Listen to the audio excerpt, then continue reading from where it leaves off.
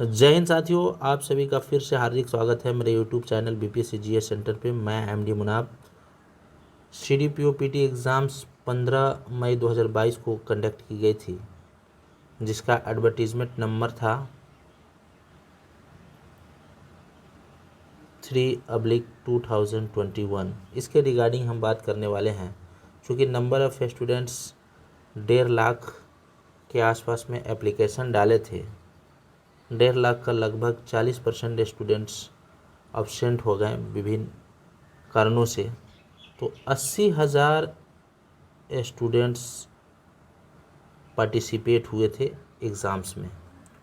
उन 80,000 स्टूडेंट्स में से ही लगभग, चूँकि टोटल सीटों की संख्या जो है वो 55 है, तो 15 गुना रिज़ल्ट अगर पब्लिश्ड होता है तो भी 825 से 30 रिज़ल्ट ही पब्लिश्ड होंगे।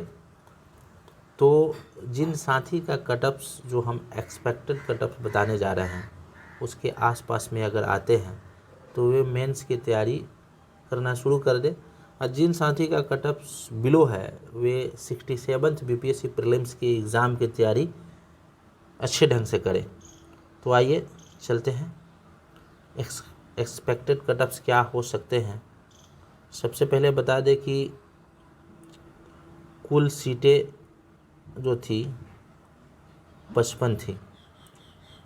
उन 55 सीटों में जनरल की सीटों की संख्या 22 थी, एससी की सीटों की संख्या 9, एसटी की सीटों की संख्या नॉट अवेलेबल, एसटी की सीटों की संख्या थी ही नहीं, ईबीसी की सीटों की संख्या 11 थी, ओबीसी की सीटों की संख्या यानी बीसी की सीटों की संख्या 6 थी, ईबीसी की सीटों की संख्या 5 और बीसी फीमेल की सीटों की संख्या 2 थी, और ओवरऑल सीटों की संख्या 55 थी, और शायद एक फ्रीडम फाइटर वार्ड्स के सीटों की संख्या ऐड हुई थी बाद में। तो इस तरह से 55 प्लस सीटें थी। इन 55 प्लस सीटों का भी 35% रिजर्वेशन है विभिन्न कैटेगरी में फीमेल्स का। तो काफ़ी कम सीटें और क्वेश्चन टफ होने के बावजूद भी आपके कटअप्स क्या हो सकते हैं उस पर मैं चर्चा करने वाला हूं। साथियों, इसे आप एंड तक देखिए, क्योंकि एक्सपेक्टेड कटअप्स आसपास में रहने की उम्मीद है। चलिए, सबसे पहले हम आपको बता दें कि पिछले साल का जो कटअप्स गया था, सीटें कम थी, नंबर ऑफ़ एप्लीकेंट भी कम थे।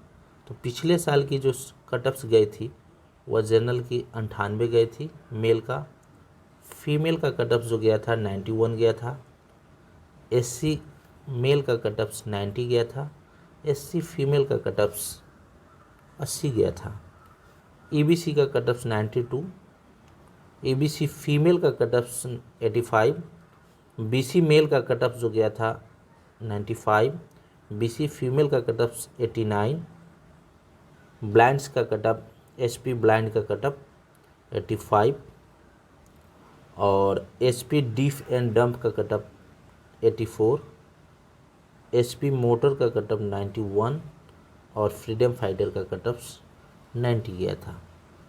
अब इस पे हम इसके बिहाफ में आने वाले एक्सपेक्टेड कटअप्स क्या हो सकते हैं उस पे मैं चर्चा करने जा रहा हूं। दोस्तों, अगर ये वीडियो अच्छा लगे तो ज़रूर मेरे चैनल को सब्सक्राइब कीजिएगा प्लीज़।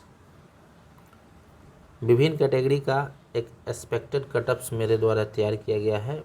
55 सीटें टोटल हैं। जनरल मेल का कटअप्स जाने की संभावना है 100 से लेके 103 के आसपास में। वही जनरल फीमेल की कटअप्स 95 जा सकते हैं।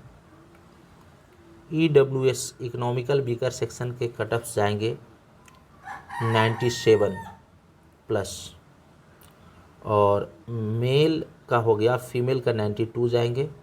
बीसी का जो कटअप्स है वह 97 प्लस होगा, क्योंकि बीसी और ईडब्ल्यूएस में काफ़ी अंतर नहीं रहता है, 1-2 का अंतर बीसी मैक्सिमम हो सकता है। तो बीसी फीमेल का कटअप्स 93 प्लस जाएंगे। ईबीसी एक्सट्रीमली बैकवर्ड क्लासेज की जो कटअप्स होगा 95 अप्रोक्स होगा। फीमेल का जो कट ऑफ्स जाएगा 190 जाएंगे। एससी कैटेगरी के जो कट ऑफ्स होगा 92 और एसटी की सीटों की संख्या नॉट अवेलेबल। एसटी फीमेल सीटों की संख्या नॉट अवेलेबल है, तो एसटी महिला की जो कट ऑफ्स जाएगी एससी महिला की 85, एससी पुरुष का 92 होगा। आप बीसी फीमेल का जो कट ऑफ जाएगा 93 प्लस जाएगा।